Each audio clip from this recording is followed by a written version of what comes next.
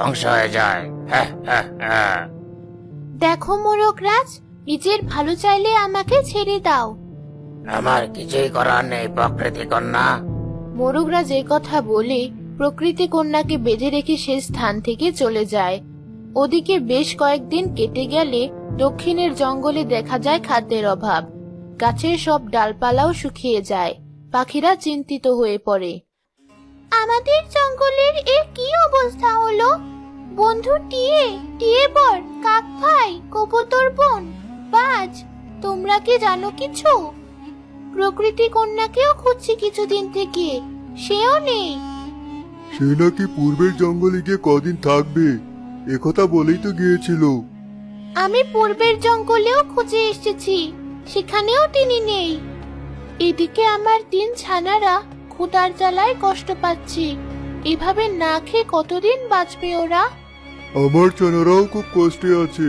প্রকৃতি কন্যা না ফিরলে আমাদের জঙ্গলের অবস্থারও তো পরিবর্তন হবে না। আমাদের দ্রুত প্রকৃতি কন্যার খোঁজ জানা প্রয়োজন। চলো আমরা সবাই প্রকৃতি কন্যাকে খুঁজে আনি।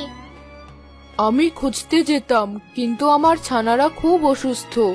ওদের একা রেখে এখন কোথাও যাওয়াটা ঠিক হবে না। কাক বোন, কবুতর বোন, ছানা হারানোর কষ্ট আমি বুঝি।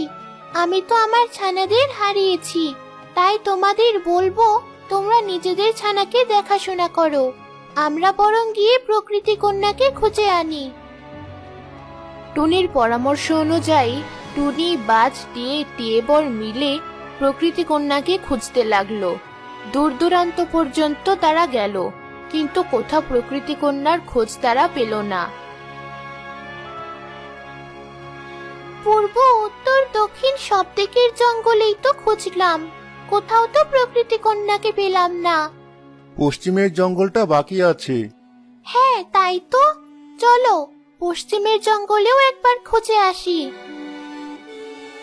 সব পাখিরা পশ্চিমের জঙ্গলে প্রকৃতি কন্যাকে খোঁজার জন্য যায়, আর দেখে প্রকৃতি কন্যাকে এক সবুজ লতা পেঁচিয়ে আছে। প্রকৃতি কন্যা,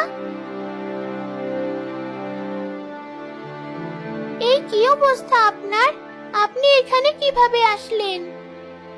আর আপনার মতো শক্তিশালী কাউকে কিভাবে এই সামান্য লতা বেঁধে ফেললো?